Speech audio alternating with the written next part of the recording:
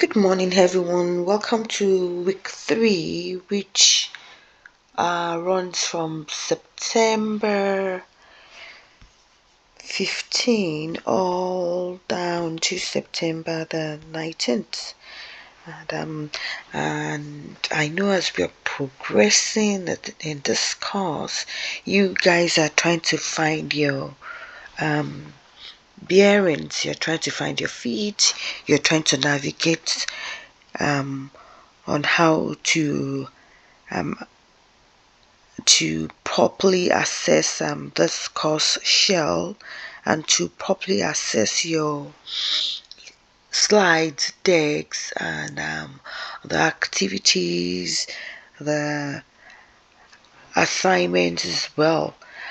Just for you that are not with Peel District School Board, you're outside of Peel District School Board.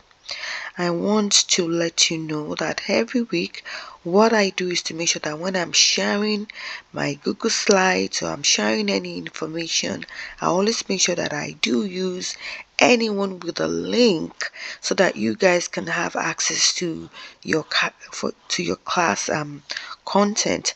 And when I do that, if it is the one that I want, if it is a task that you need to complete, I do make sure that you are the editor.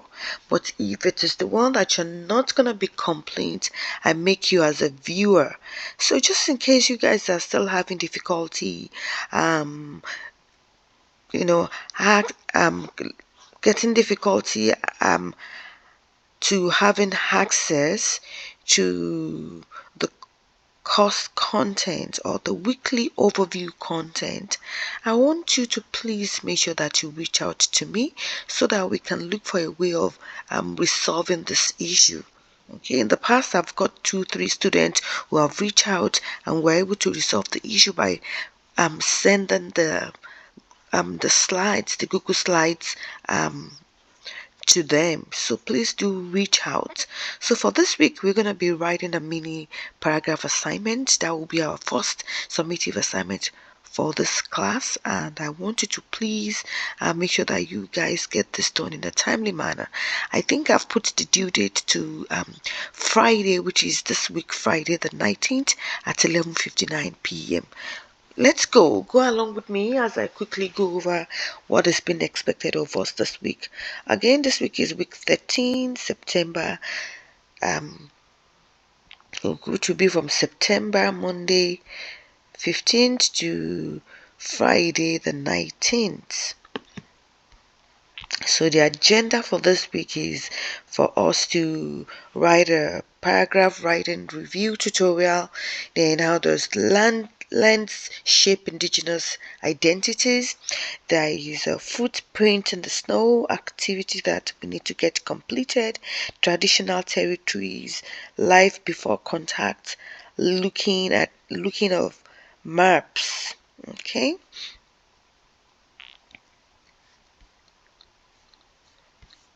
Second, please. I need to do something quickly.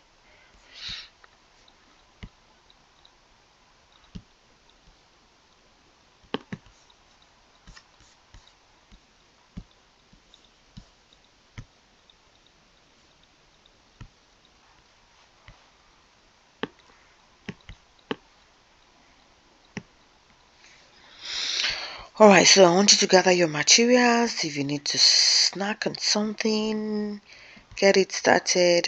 Soft start. I'm not gonna do soft start with you guys this morning. I'll see if I want to do that. So again, we're gonna be looking at identity paragraph mini assignments this week. And as I explained this week, you'll be working on a paragraph about your identity during your async, which is your e-learning class.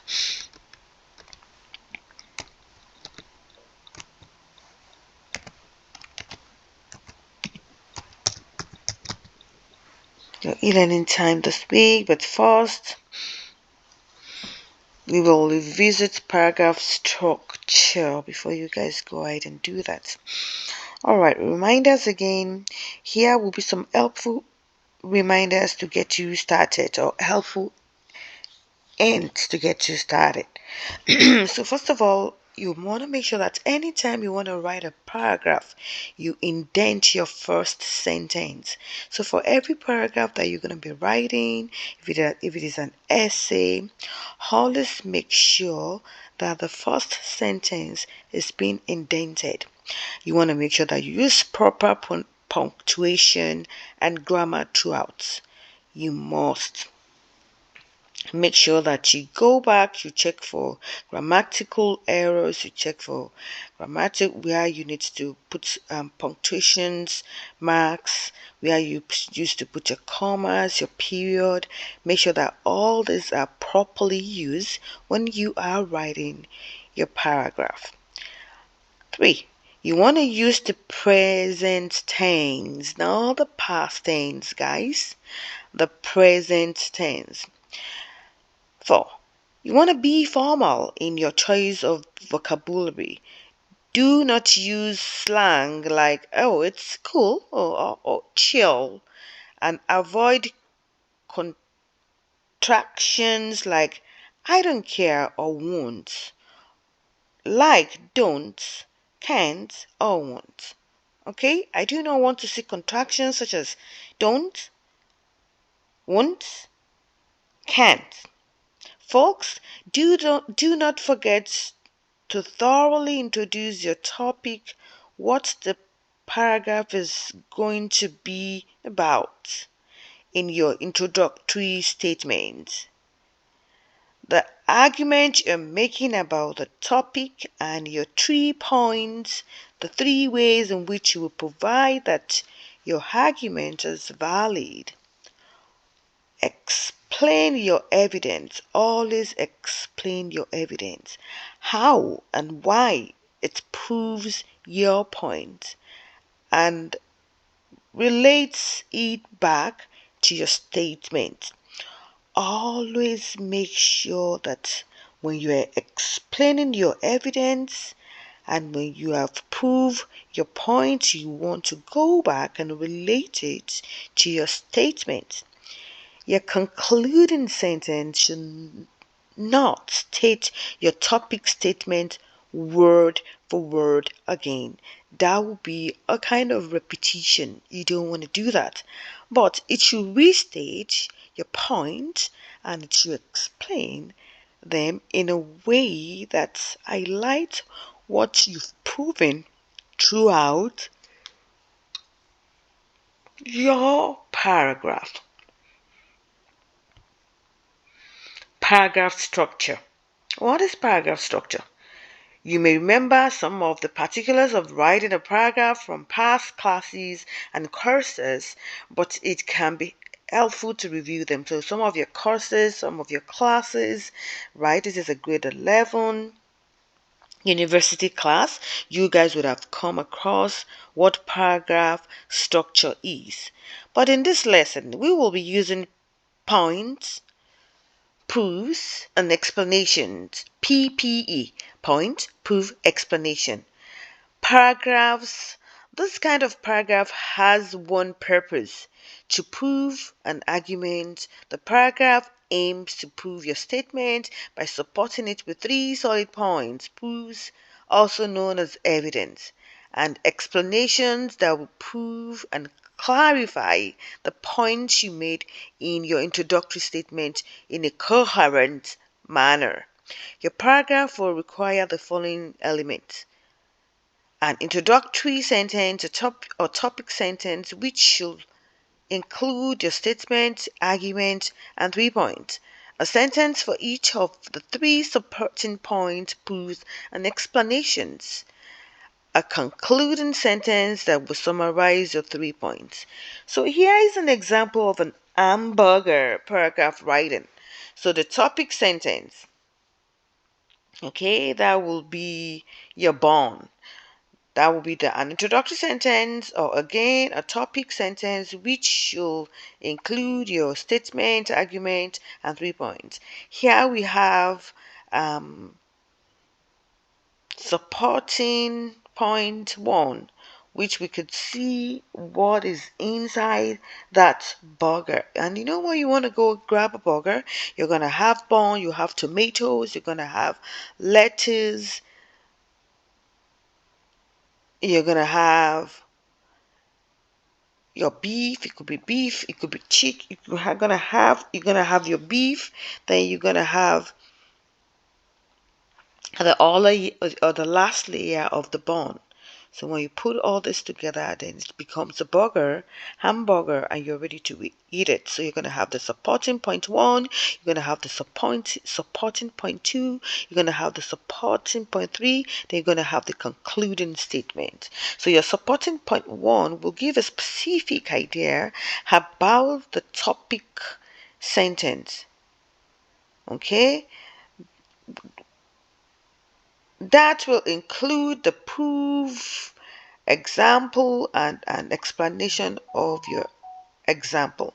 Now you have the supporting point two. You want to give a specific idea about the topic sentence. Then you want to include proof, examples, and an explanation of your example. Then you have the supporting point three, which will give a specific idea about the topic sentence. Then it's going to include proof, again example, and an explanation of your example. Then you have the concluding sentence, which will summarize your 3 points and your argument. We're going to be looking at an example of that. So how to write a paragraph. So I've included a video on how to write a paragraph, and also there's an information paragraph organizer for you here as well. So let's go ahead, let's open it, let's see what we have in here. So just like I've mentioned, a paragraph element, you have the topic sentence, which is where you're going to introduce your topic, your argument, and your 3 points. Then we have the point one. So let's look at an example of a paragraph that I've provided for you. So let's look at this. Topic one, sentence to introduce your topic, your argument, and your 3 points. Despite often being overlooked, the careers course is one of the most important courses in secondary school because it gives students the chance to explore future career options. Look at the one that I've color coded, and to see what their future job will be. Another color coded in green, their future will be like. It also assists students in choosing the right pathways for the rest of their high school. So this is topic statement. This is introducing your topic, your argument, and your 3 points. So your topic is how you want to explore future career path options. Your argument, you want to see what their future job will be like. Then you want to go to your 3 points. Assist students in choosing the right pathways for the rest of their high school. Then point one, firstly, the careers course can help students explore future career choices. Prove one example from career matchmaking to career planning activities. The assignment in careers really helps students figure out how realistic their career goals are and how to achieve them. Then we have explanation one. Careers let students explore options to find out which career will suit them best, making it an important course in high school. And I know every one of us would have at one time or still in the process of making sure that they complete the career studies. Okay, it's called civics and careers, right? So you have that options to do that. So let's look at point two. So secondly, careers provide students with a look of what their future career will actually be like. Then look at proof two, an example. Many people assume that they know what people do in a particular career, but the careers course will offer students a realistic outline of the day-to-day activities involved in a career. It even dispels myth about careers that are stereotyped, or trivialized. Then we're going to look at explanation 2. Students should jump into something. Students shouldn't jump into something they only know a little bit about. So careers, it's important because it gives students a sneak peek of what their career and life could be like. Then we're going to look at point 3. Lastly, careers assist students in choosing the right course pathways for the rest of their high school years. We want to look at example of a proof 3 again. For example, students have the opportunity to research what courses they need to complete in order to reach their destination, even if they are not sure of what they will want to do yet.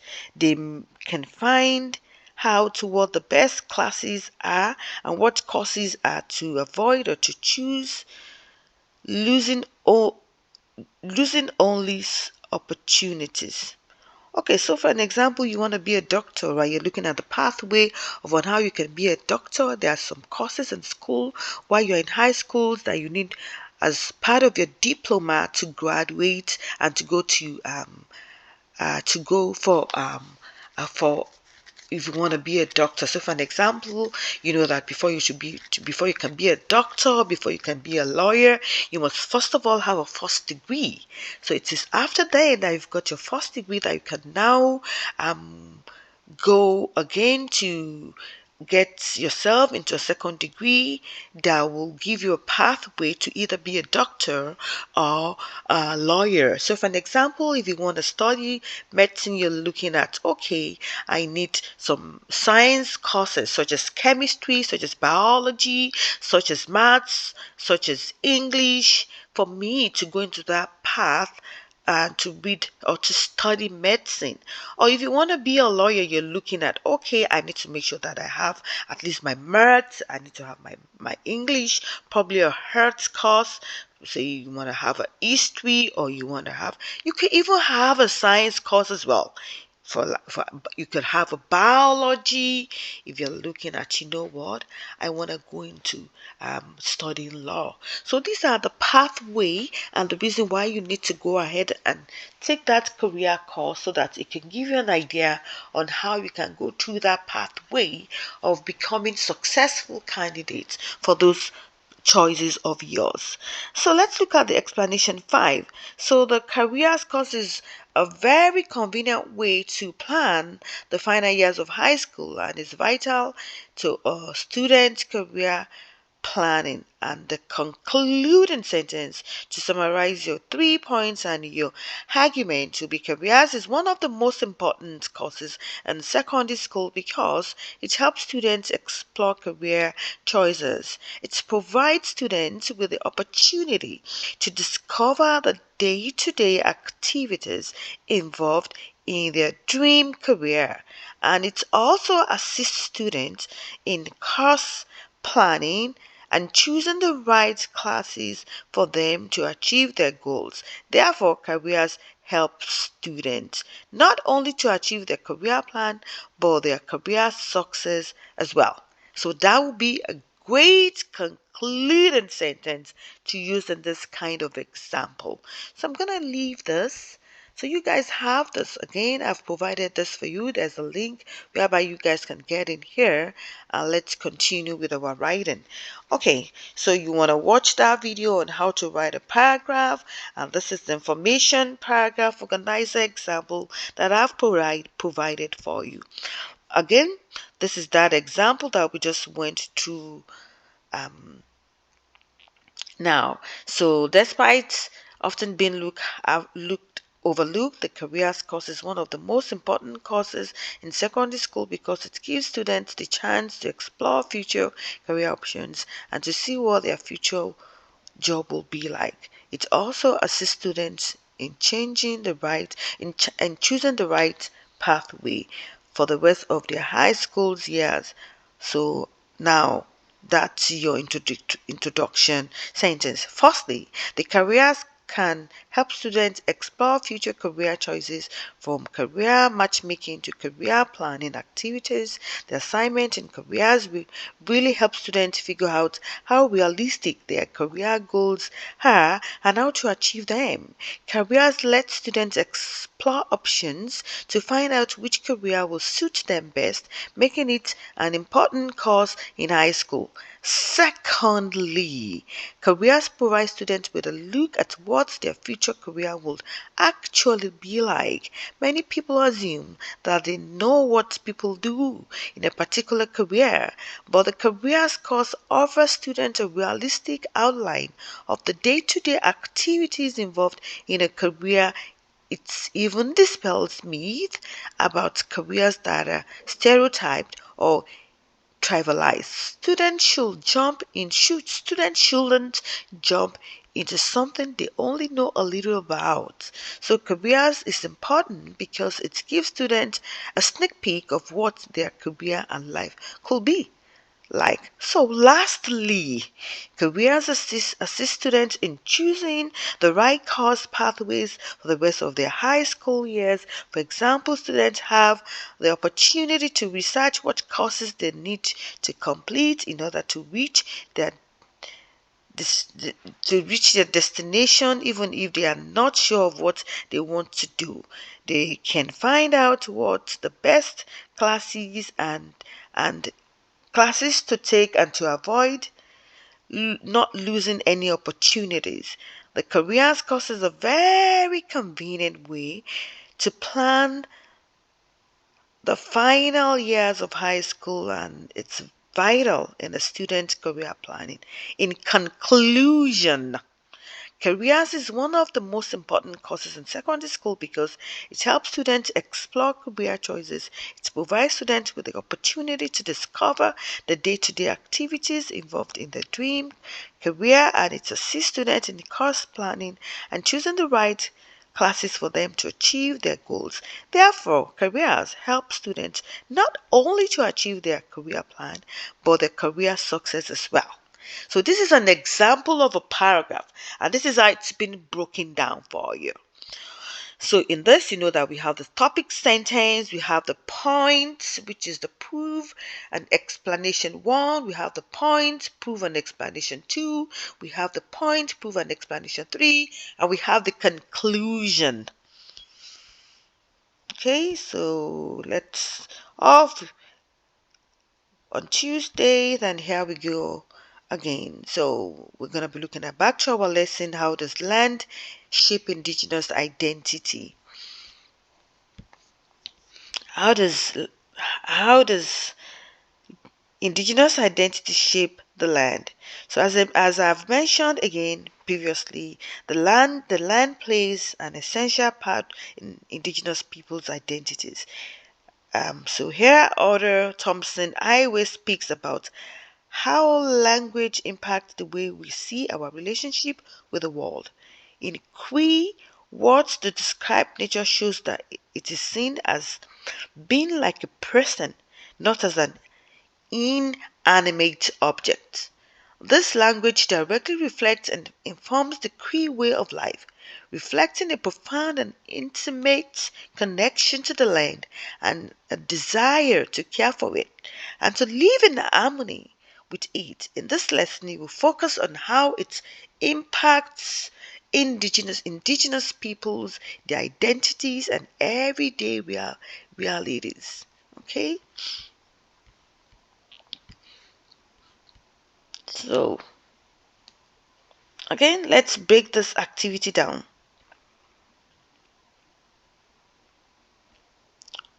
It's a Footprint in Snow is a poem written by Nicola Batzel. So I want you guys to read the poem, and once you're done reading that poem, I want you guys to look at the collaborative whiteboard that I've provided. You guys will go in there and you will see some questions that you guys have to fill in for me. I think I need to bring this down. This has to be down. Okay? So I want guys to look at the stride. I want you guys to think about where you live or where your family comes from. And again, I could use myself as an example. I remember when I was growing up, I grew up in a university environment whereby I can relate with trees, with natures, with lands. And back in Nigeria, then we do lay a huge emphasis on trees because we believe that trees are way to great natures. So at times I would believe that natures can be related as well to lands. So depending on where we grow up or where we find ourselves in, we can always relate nature and to our family history and how it has impacted our identity as well. So in that poem, I want you guys to look. So it can be a poem, it could be a paragraph, it could be a few images that connect you to the land. An example could be recalling a five sound smells or sigh of the land you grew up on or felt connected to, or recall a picture of yourself in one of your favorite places growing up and describing it. It could even be your school, it could be your elementary school while you guys are growing up, it could be your kindergarten days, it could just be something that will relate, that you can relate to. So you do not need to submit this, but it's just for you to have an idea of a memory, a great one as you guys are growing up. You don't have to share this with me. Just make sure that you have it in your folder. Okay? So we're going to be looking at the national territories. I think this have to come here, somewhere here. So let's look at the national territories. So let's look at the traditional territories. So again, last week I did mention that there is a connection between people and the land which go back or long as can be remembered or since time immemorial. So for some it may be difficult to imagine what Canada might have resembled without provincial borders or the population that's that inhabits it now. So this was when the country you know now as Canada was made up of traditional territories. These traditional territories comprise Turtle Island. Turtle Island. And I do know if you guys have heard about that. There is a video here that will help you, that will give you more information about Turtle Island, which is the name many First Nations people and communities used to refer to lands known as North America today. In many First Nations creation stories, there are references to a human world that is flooded by water. The turtle in various version stories is an integral part in providing land and life to first humans. Okay, so there's a video there. Then traditional territories are the places that Inuit and First Nations peoples occupied before contact with Europeans, right? The Métis peoples were born of the relationships between European and First Nations peoples, and thus we call their history before contact pre-Métis history. These territories reach across Canada and were the places where people hunted, they fished, and raised their families. These lands have deep significance to Indigenous peoples, just like the rocks and the trees that Thompson Highway and the snow and ice Nicola Bartel spoke of before. The land has a spirit that needs nourishing and needs to be taken care of just as humans do as well. So instead of formal borders, Inuit and First Nations peoples had areas that they settled in but weren't formally restricted to. Borders like the border that separates Canada from the United States today didn't exist at the time. Nations didn't fight, and war was a part of pre-contact society then, as food shortages and land disputes sparked wars between nations. But However, again, treaties or agreements were made set to end the violence and continue on living lives peacefully until date, but separately as well. So in some cases, nations even come together to live as one, like any events in history, the events of pre-contact in Canada cannot be oversimplified. Specific events unfolded with unique circumstances and resulted in very specific outcomes. So I want you guys to go ahead and make sure that you read this. It's very rich, right? Just don't go ahead and flip over it. I want you to read it. So I want you to look at life before contact, look at the maps of traditional territories, then we can explore those. So there's maps here for you guys to explore. I want you to read everything. I want you guys to look at post-contact maps, just like I just talked about right now.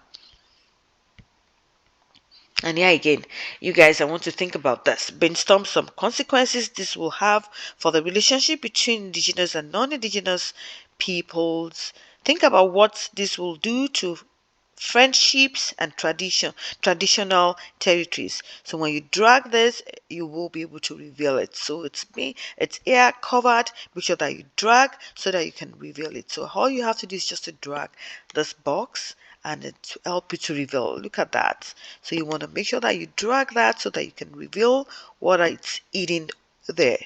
Okay, so let's continue with this. And that will be our Thursday, which will be September 18th, to Friday, which will be September 19th. I want you to gather your materials again, and yeah, you guys are going to be looking at the traditional territories. Today, there are three main ways to describe indigenous lands. We have the Garden River and the First Nations. I want you guys to go ahead and look at what is a reserve. Well, you guys have heard that a lot. What is a reserve? So a reserve is a tract of land which Her Majesty or in the Crown holds title to. This means that First Nations people do not technically own the land and can only use the topsoil of the land without any right to sell or claim ownership of it. While reserve remains the technical term used to describe these lands, many First Nations people prefer the term First Nations community. Reserves were not created for Inuit or Métis peoples, but strictly for status First Nation peoples. Then here we have the Métis settlement areas. So this is where it's been established in the 1938 when the government of Alberta passed the Métis Population Betterment Act. This act set aside lands for Métis communities. These communities were referred to as settlements and were located in central and northern Alberta. There are 8 settlements in total that are protected constitutionally as the Métis land base. Paddle Prairie, Peven, Gift Lake, East Prairie, Buffalo Lake, Kikino, Elizabeth, and Fishing Lake. 4 other settlements, Touchwood, Maryborough, Cold Lake, and Wolf Lake, were repealed after 1938. Examine the map to see where these settlements are located in Alberta. And when you're looking at the map, I want you to look at Alberta Métis settlements. They are all in the blue. They are all colored in blue. So the all areas colored in this map in blue are all Alberta Métis settlements. Okay, then we have another map, and that one is the map of Nunavut and Nunavik regions. So we know that the Inuit refer to their areas as communities. So when you see Inuit people, they always like to refer to their areas, the lands, as communities. There are 53 Inuit communities in what is known as Inuit Nunagat, which is the Inuit homeland in Canada that covers the land, the waters, and ice. These 53 communities exist in Nunavut, Labrador, Nunavik, Quebec, Nunavut, and the Inuvialuit settlement, region of the Northwest Territories. These lands are governed by Unit Taprinet Kana Tami and the federal government. Okay, and we have the last one, which is the Canada Lands Territories to Canada. Okay, so I want you guys to go over that. Once you're done, there's a video that you guys want to watch, and why I want you to watch this video is so that you guys can see the poor water quality on native reserves. So we know that indigenous communities make up so little of Canada's total land. These communities have become a source of much contention in Canadian society. To Indigenous peoples, their community are often the only sections of their traditional territories they still retain and which reflect their identities and their histories. But however, to some Canadians, there are places where First Nations peoples cannot prosper. Or worse, some believe that their tax dollars are wasted on these communities. And in reality, indigenous communities, whether that be a reserve, a meaty settlement area, or a new Inuit community, are just like other communities in Canada. They have infrastructure, they provide education, they provide health care, and police and government services to their members. Some communities are remote while others are close to major cities. One of the biggest discrepancies between most indigenous communities today and other communities in Canada is funding. The funding allotted by the federal government to non-First Nations communities, cities, and rural towns is greater than the funding allotted to indigenous communities. So guys, there are videos to buttress this point. I want you guys to watch it so that we can have a discussion on this next week. So again, I want you to read the article, The Hard Truth About Remote Communities by Scott Gilmore, and think about Gilmore's position on life, on reserve, and on challenges it speaks of. So there are some reflection questions here, and once you guys are done, you go to the collaborative slide deck and you can add your own image or your own thoughts about it. And once you're done, again, a quick recap from the traditional territories of the time of first European contact. Much has changed from the size and the quality of the lands that indigenous people once lived on. Communities are still fighting to have their traditional territories, and in some cases, their communities recognized. In the face of these challenges, communities continue to bond together. Unlike Gilmore's approach, non-Indigenous people can listen to the needs of Indigenous communities and assist in meaningful ways to raise awareness about some of the issues Indigenous communities face today. So this learning activity will help you develop the skills and knowledge to complete your culminating project for the course. So looking at what you have learned in this lesson this week, how might land impact your identity in ways you hadn't thought about before? For an example, the town you grew up in, the street you spent a lot of time in, a grandparent's house, a cousin's, a family, a relative's house, a lake you spent time at growing up. I want you to reflect how land has played a role in forming who you are today. You do not need to submit this, but just bear in mind, I want you just to share, but you can share it if you do feel comfortable. But bear in mind, our identity is who we are. And at this, I'm going to be closing this up by you guys looking at the way lands have impacted your identities that you've never thought before. And I would like your responses here as well. So I've provided a link for all your responses and be truthful about it. When I was sharing my own response, I told you how lands plays people have impacted my identity today. I want to listen to yours as well. So you have a lovely week, and again remember that your identity paragraph assignment, mini assignment, will be due 11:59 p.m. this Friday. Take care everyone, and looking forward again to see you guys. Oh, to have another um to continue this in a week 4. See you guys. Take care.